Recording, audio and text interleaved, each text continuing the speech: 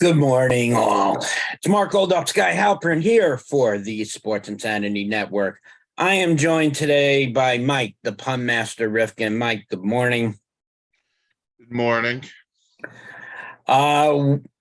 Really, I should be wearing black with sunglasses, maybe a little yarmulke for the everything that happened last night. And for those of you who are living under a very big rock, Jacob deGrom has decided to leave the New York Mets and go to warmer weather with the Texas Rangers on a 5-year, $185 million contract.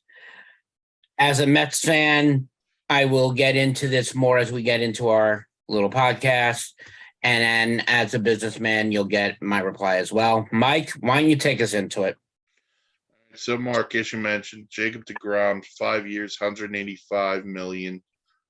Sixth-year option, which will take it to $222 million with the Texas Rangers. So there's multiple things we're gonna talk about here.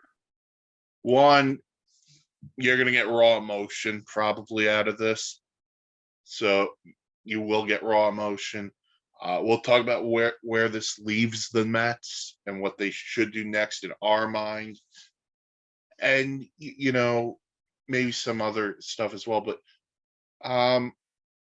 so I'm going to start it with this. Like, I wasn't alive for Doc Good. I was not alive when Tom Seaver was traded. I only know of these stories backhand, reading stuff and listening to broadcasts and family members. I don't think a singular player leaving the Mets has hurt me more outside of when Mike Piazza was told he's not coming back. This one hurts. It hurts a lot because Jacob deGrom was a prospect, let's be honest, who had no fanfare. There was not a lot of talk. It was always Harvey and Matz and eventually Wheeler and Syndergaard when they got acquired via trades. And Jacob deGrom became the best of all of those guys. And I can make the argument Jacob deGrom was the best Mets pitcher of my lifetime. Absolutely. Number 2 would probably be Johan Santana. Number 3 would be John Maine, because I loved John Maine. John Maine was a different type of pitcher. He was, but so this hurts from this standpoint. Like, I'm from the school of I'd love to see a guy play for one team his entire career. Agreed. But when I look at the New York Met franchise, there's only one guy I could think of who played his entire career with the Mets, who I could look at and say, you know what? I have nothing but more of the utmost respect for. That's David Wright. So in Jacob deGrom leaving, I found myself finding, you know what? We appreciated David Wright like we should have. And we appreciated Jacob deGrom. I don't think there's anyone who didn't want him back. But for me, and we'll get into the business side, I wasn't going 5 years. That was a no-go on me. I don't know how you feel, Mark, but 5 years for me was a little too strong here. You're not wrong.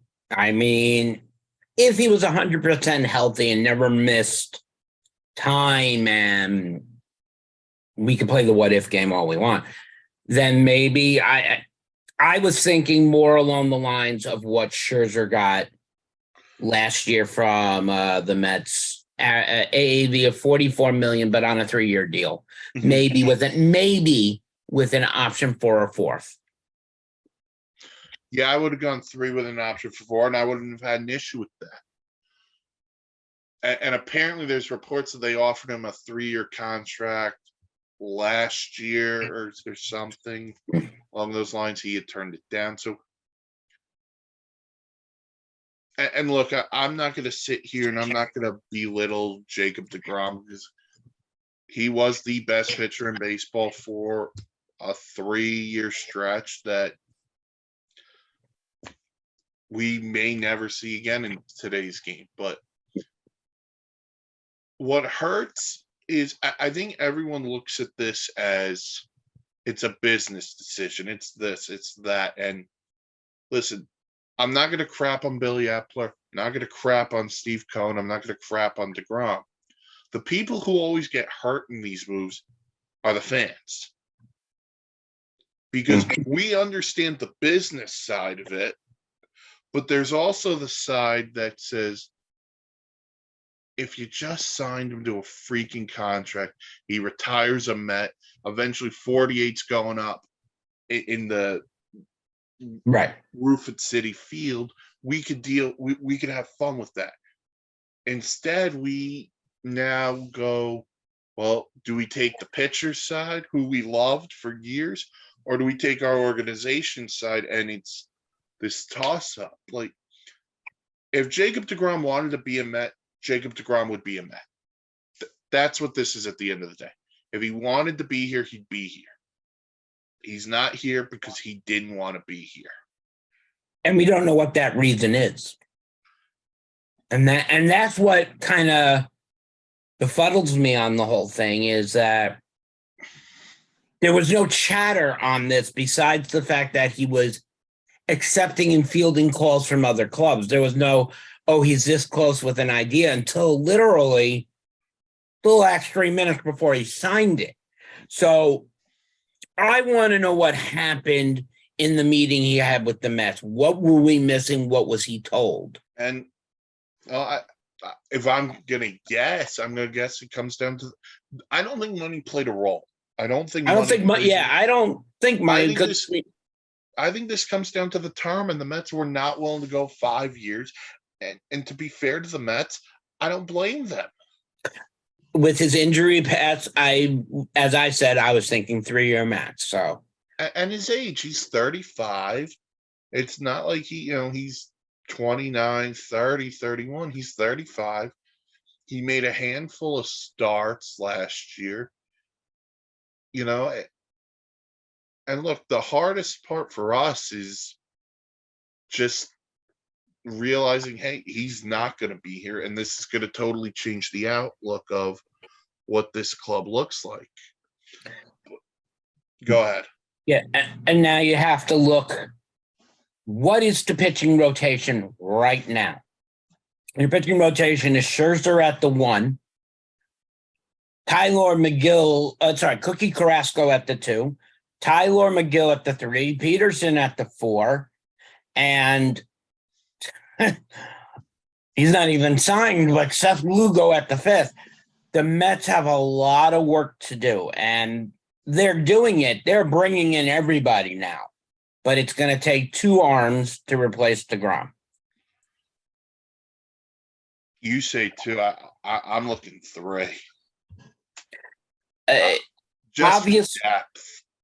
Obviously, Met fans are saying now, go get Justin Verlander. Here's my problem. I don't think I've seen, besides Nolan Ryan, another pitcher in his 40s pitch as dominantly as he has. There is only so much more he has in the tank, so you can't think multi-year deal. And you're going to be paying him 1 year somewhere around what Max Scherzer gets, so $40 to $44 million.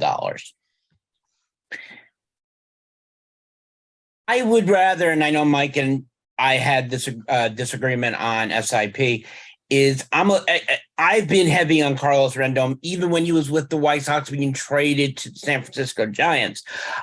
I am big on Carlos Rendon because when this guy is on, there's not a better pitcher in the league. However, like any pitcher, he has good and bad days. But I also think, as pitchers go, the Mets need to bring back Chris Bassett now. It has to be a focal point. And you want to get a name that's a little bit on the lower side, but had a production. Let's take a look at James Hallison. Why not? He had a hell of a year for the Yankees, and he's a free agent.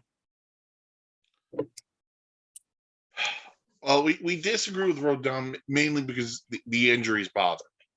The injuries on Rodon bother me. Verlander, I don't listen. This is going to sound ageist, and that's fine. Not fine, but it's fine here. He's 40 years old. Like my top two guys in the rotation are going to be 38 and 40 respectively. Right. Like that to me isn't what I want. Bassett, you brought up Bassett. He's looking at 4. He wants 4 or 5 years. And I think he's worth it. I'll go 4. I'm not sure if I'm willing to go 5 on Bassett. If he'll take 4 with an option, I'll do it. All right. Fair enough.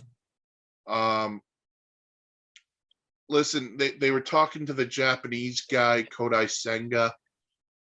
I don't know. I'll go sure, but again, that's a wild card here. I want the Mets to make a trade. I'm going trade. And there's 2 things I want out of this.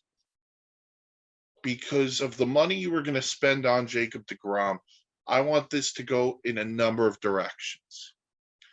Option A, go get me Mr. Burns in Milwaukee. If the Brewers are going to tear it down and they're looking to restock or do whatever the Brewers do, just make the call and say, hey, Mr. Burns, we'll give you Waylon Smithers, Lenny, and Carl for Mr. Burns.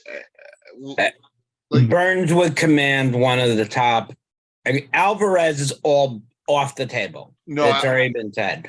But it could play into someone like Vientos or Mauricio. I could give up Vientos for Burns. Yeah, I think I could do that. Now, Beatty's a little bit different because the only guy I'm moving Brett Beatty for is probably Rafael Devers, but that's a whole nother conversation. Yeah. The other guy, you know what? I'll save the other guy for a second who I would trade for because it won't shock anyone. You brought up Jameson Taya. I would go Nathan Eovaldi from Boston. Okay. Again, has a little bit of injury concern, but, for me, throws in the upper 90s. He's pitched in Boston. He's pitched for the Yankees. He's been around. And you don't need him to be the guy. He just has to be a guy. Right. And the other guy I would trade for, and I know everyone says he's not available. But if he's a free agent next year, I'm going to take all the money I was going to give Jacob deGrom, and I'm pushing it into the Shohei Ohtani wallet. And this is the first time that I can sit and agree with you that this has to be done now that deGrom is no longer here. Yeah, listen, if the Mets, listen, Steve Cohen has made a splash every offseason he's been the owner. He got Lindor the first offseason. Last offseason, he got Scherzer. This offseason, not really the first time, but for the first time, someone actually left who meant something to the Met fan and meant something to the organization. So I don't know how Steve Cohen responds to that. We know how he responded when Syndergaard and Steven Matz told him no last year. He said, okay, I'm going to treat you guys are going to say no to me? Max Scherzer, come on down. And it was great. We were excited. Unfortunately, it didn't pan out the way it should have. But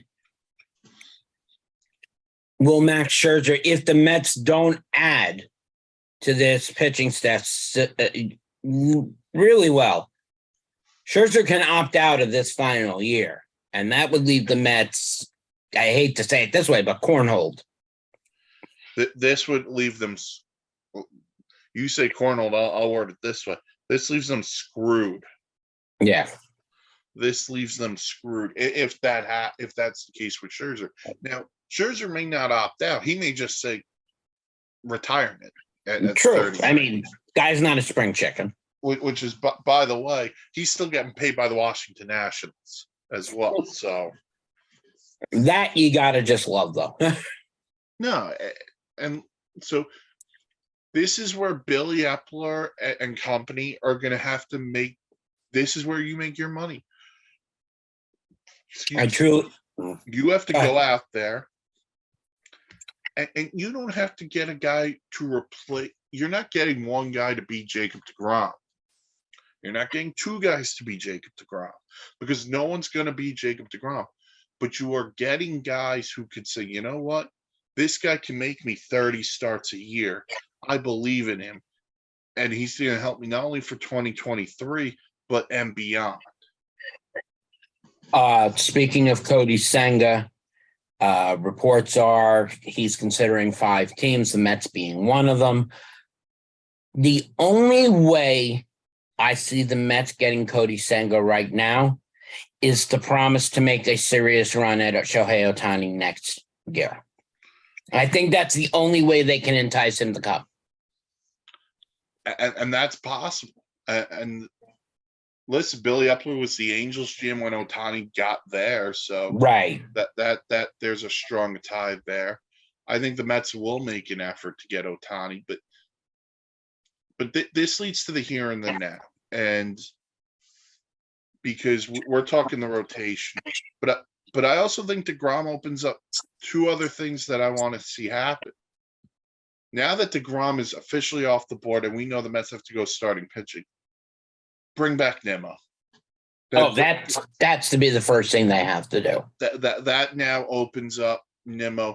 You could spend a little bit more on Nimmo than I think he's probably worth, but hey, at this point, it's something the fans would like. The other one really, it's time for extensions with Pete Alonso and Jeff McNeil. Alonso in particular. I think they're going to have to arbitrate with him this year as the money they're going to need to replace. And then sometime in the middle of the season, call it the All-Star game, they sign him to a huge, huge extension. I'm talking 8-9 years. See, I would go the Yordan Alvarez route, the 6-7 years, 144 million, if he will be willing to take that. I don't think he will. I think playing in the New York basis, he's going to want a little more. And that's fine, but just get those guys done. And because at some point, we as fans have to look at this way.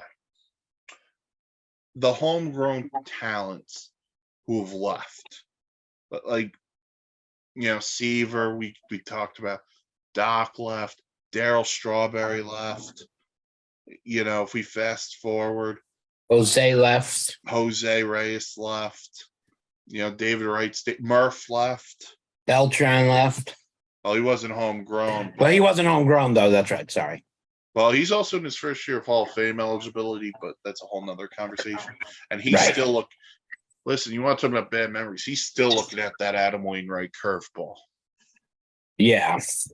But that's a whole nother conversation. But realistic, Conforto last year, I know he's still unsigned, but Conforto's a homegrown guy who, let's be fair, if they wanted to sign him last year, they would have done it. Correct. And they did offer him a qualifying offer to see what his condition was. And obviously we saw what his condition was, and he had to have off-season shoulder surgery. Yeah. And now he still thinks he's worth $20 million a year. He's not. No, he probably has to take a 1 year 15. I would say at the worst 14 million, at the lowest 14. And probably incentive based. Probably. So I mean, they're building in that right field porch at Citi Field by, I think it's like they said, 8 feet. That short porch in right field is perfect for Conforto's swing. So if he wants to come back, right, I would love to see him back, but we'll see. Yeah, I'd be more willing to bring back Nimmo. And Nimmo, as we both agreed, now has to be the main. Nimmo, and you're in on Rodon. I want the trade route. This is why I think the Luis Castillo trade would have been so good for this team, but they didn't pull the trigger. No. One guy I've talked about him before, flying under the radar. Sean Manaea is a guy who intrigues me.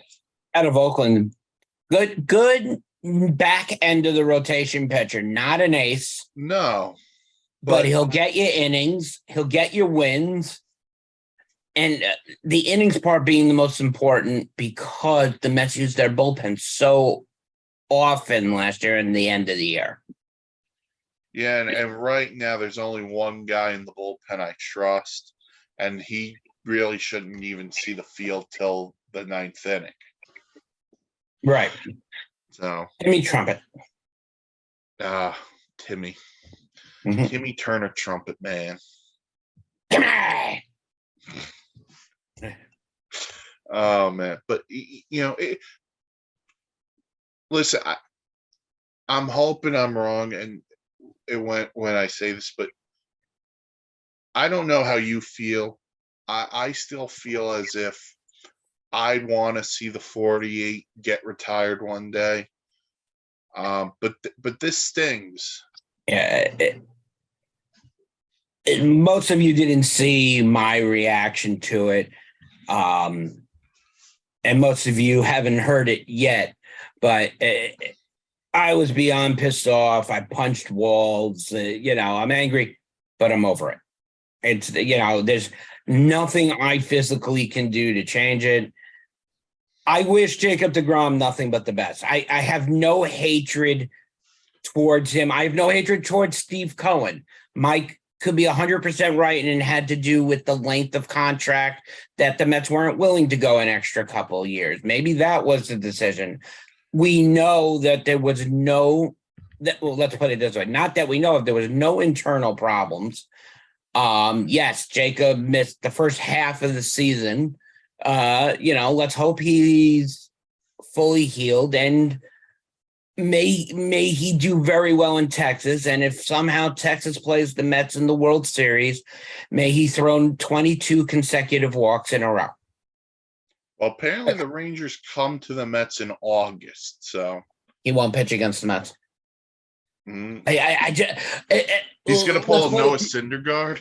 Let's put it this way. If he does, it would be the biggest distraction for him to pitch, because the fan reaction would be a kind of Mickey Mantle mix between the Boo Birds and the absolute cheers, and it'll disrupt his playing. So I would, yes, predict he pulls a Noah Syndergaard not to pitch against the Mets until the World Series, where there's the only other place they meet up. I'm going to say this once, and the state of Texas can hate me, kind of already does. No, Jacob deGrom went to a team that won 68 games. They couldn't even win 69 games. You kidding me? They couldn't pull a Gronk. They couldn't pull a Gronk. And you chose that over pitching in New York. And that's what's bothering me about it. I mean, let's look at the whole layout. Is that there were only 4 teams, and I didn't even have Texas as one of them until the ending when they were rumoring him. There were only 4 teams that really could have spent the money. 2 of them reside in New York. One of them resides in Boston, and then one of them on the West Coast, being the San Francisco Giants. Texas came in and absolutely killed it, did what they had to do, and it is what it is. It is what it is. Jacob deGrom is now a former Met. We'll wait to see how the Mets respond to this. Mark has mentioned they've been on the phone or Zooming with everyone, from Justin Verlander to Carlos Rodon, maybe even to Al Leiter. I don't know.